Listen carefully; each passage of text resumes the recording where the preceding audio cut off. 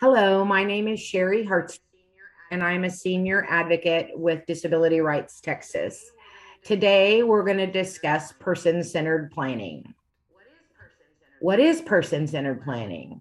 Well, person centered planning supports a person with a disability along with that person's team to include family and or friends or staff or neighbors or whoever it is that you may choose to figure out what a person needs and wants from their service provider. And or the person with a disability, you and your support team will talk about your dreams, your likes, what you do well as the things that you may need help with. The planning will be put into action steps and services, which will allow you, the person, to make your own choices and reach your own goals and dreams you have for yourself. The overall goal is to improve your quality of life by making sure you live, work, and participate in the setting of your choice. So how do you know if you qualify for person-centered planning? Well, if you get services from one of these health and human programs, you'll have a person-centered plan.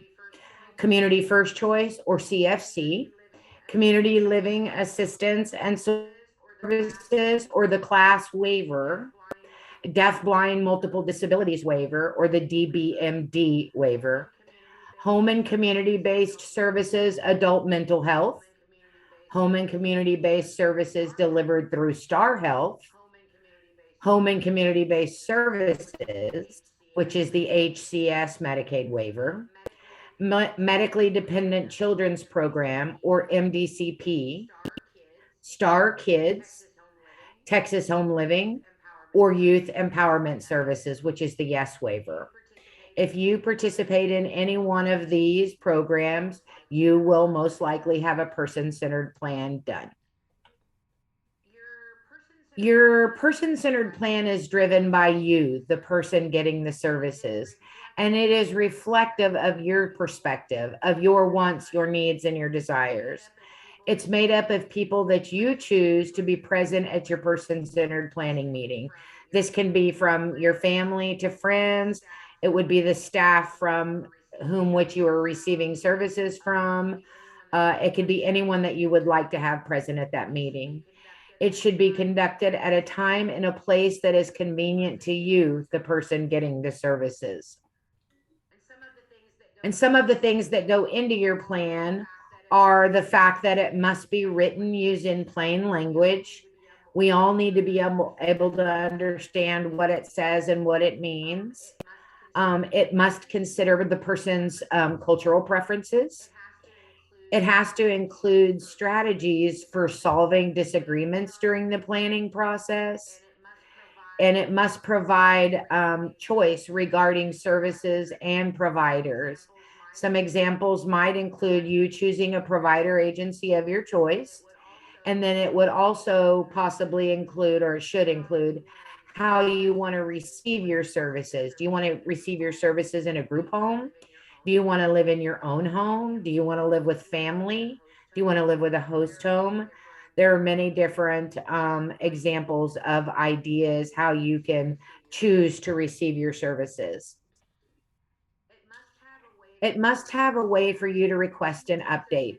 Plans are typically done at the very beginning of your services and then annually after that. If something in your life changes before your annual meeting, you can request a meeting to discuss the changes that you need made to your plan. So if you are moving, or perhaps maybe you were living in a group home and now you're going to live in your own home, you can call a meeting to change or make changes to how the plan is set up. It must include risk factors and strategies to reduce those risk factors. So, some examples of a risk factor could be where a person has maybe an overprotective family or a overprotective staff or friend who may think that your choices are not appropriate, or maybe your choices could potentially put you in danger. So those risk factors have to be added into the plan. And then we have to have strategies put in place to reduce them so that people, your overprotective family, is not worried and they can understand that you're not in danger. It must be signed with copies given to you since you're the person getting the services, and also to your representatives. Your person centered plan will be used as a service plan. So the final service plan will need to have the following: it will need to have your choice of a setting and how that setting is integrated in and supports access to the community. It should also reflect opportunities to seek competitive employment and to work in integrated settings.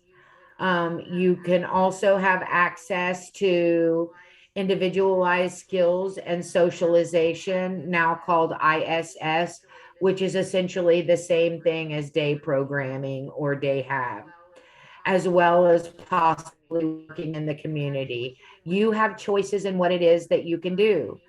And you need to state those in your planning process. It should also reflect ways to engage in community life, control personal resources, and receive services in the community to the same degree of access as people not receiving home and community based services. So this can include things like attending community events or activities that you participate in regularly. So if you like bowling every Tuesday night, that can be included in there. If you want to have a membership to the YMCA that you can go and work out, or if you want to attend church, these are all examples of activities that you could participate in regularly that are of your choice, and you can have those added into the plan. It can also include financial resources, such as an ABLE account if there is a need, or a trust if there is a need for that. The service plan should also reflect your strengths and your preferences. This plan is all about you, the things that you want, need, and desire, and those services and supports that you need to have access to in order to continue your living your best life. So it would also have your clinical and support needs. It would also have goals and desired outcomes as defined by you, the person getting the services that will be provided, including self directed services. So these all need to be reflective of that as well. What services are you getting to keep you successful in your community and living your best life? And then who will provide those services and supports, including unpaid natural supports such as family and friends. So you want to have that listed. Do you have the HCS waiver and you're receiving services from a provider agency? What services are you getting? All of those services would need to be included in the final plan. And this really concludes this presentation on person-centered planning. I hope that you found it useful today. This work is supported by the Texas Council for Developmental Disabilities, Imagine Art, and Disability Rights. Thank you.